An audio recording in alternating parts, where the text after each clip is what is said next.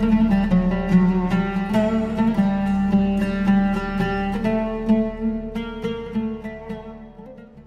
lisensi, salam Syawal, salam Malaysia Madani.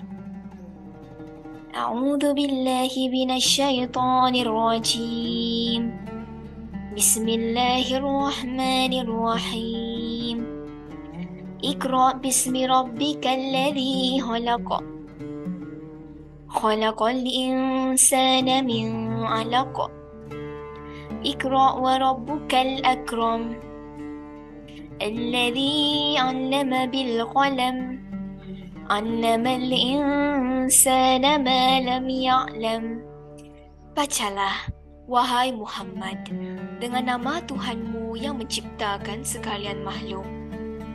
Ia menciptakan manusia dari sebuku darah beku. Bacalah, dan Tuhanmu yang Maha Pemurah, yang mengajar manusia melalui pena dan tulisan. Ia mengajarkan manusia apa yang tidak diketahuinya. Iqra. Demikian wahyu pertama Allah yang diturunkan kepada Nabi Muhammad sallallahu alaihi wasallam, memerintahkan kita supaya membaca. Maka dengan lafaz Iqra, izinkan saya, Rania Adlina binti Azalan dari 5 Sains 1, Sekolah Menengah Kebangsaan Cyberjaya, mengupas sebuah buku yang amat istimewa. Hasil karya Datuk Seri Dr. A. Samad Said, sastrawan negara kita yang keempat selepas Datuk Dr. Usman Awang. Buku yang menjadi pilihan saya kali ini adalah hasil karya beliau yang berjudul Al-Amin, riwayat hidup Rasulullah sallallahu alaihi wasallam dalam puisi. Buku setebal 317 halaman bercetak ini telah diterbitkan oleh Dewan Bahasa dan Pustaka pada tahun 1999. Untuk pengetahuan anda, hampir 3 tahun lamanya A. Samad Said mengambil masa untuk menulis puisi panjang ini. Selepas karya agung novel Salina, Langit Petang dan Hujan Pagi, buku Al-Amin ini boleh kita anggap sebagai kemuncak kepenyairan A. Samad Said. Hal ini demikian kerana selepas menghasilkan buku Al-Amin, A. Samad Said tidak lagi menghasilkan karya besar. Jadi, jika anda tanyakan kepada saya, apakah keistimewaan buku ini? Jawapan saya, inilah satu-satunya buku yang berjaya merakam dan mengungkap riwayat kehidupan Nabi junjungan kita dengan indah dan puitis.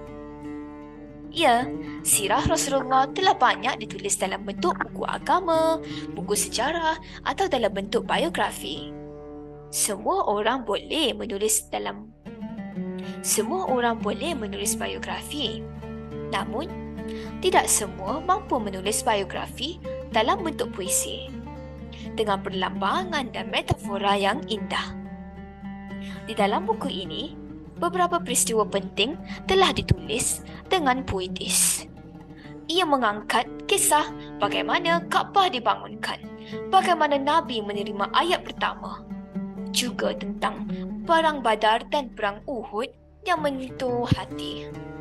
Sebagai contoh, izinkan saya memetik peristiwa Isra' dan Mi'raj di mana Rasulullah dibawa ke langit dengan menaiki buraq. Ayo kita dengarkan. Sebelum sampai ke Cakrawala, sedang lena di masjid yang suci, telah dijernihkan kalbunya, menunggang buraq layang yang sakti dan jauh dari hijir di mana tidur alam dan manusia. Telah jauh ke angkasa seluruh diri dan batin Nabi. Dan kini selepas meneguk susu, menolak arak dan madu, menghadap ia keajaiban. Inilah keunikan buku Al-Amin. Di dalamnya berbibit banyak kisah pengajaran yang boleh kita jadikan panduan. Pertama, ia mengajar kita meneladani kepribadian Rasulullah yang amanah, adil dan sentiasa bercakap benar. Kedua, ia menyarankan kita agar mencontohi akhlak mulia Rasulullah yang sentiasa sabar terhadap kawan mahupun lawan. Ketiga, ia mengingatkan kita agar sentiasa memuliakan Al-Quran sebagai warisan agung junjungan besar kita yang Al-Amin. Sebelum saya mengundurkan diri, marilah kita bersama-sama mengambil inspirasi daripada resensi buku ini. Kerana cendekiawan dunia pernah berpesan, orang yang gemar membaca hidup 1000 tahun sebelum mati. Namun, orang yang tidak pernah membaca hanya hidup sekali. Sekian, wabillahi taufiq wal hidayah. Wassalamualaikum warahmatullahi wabarakatuh.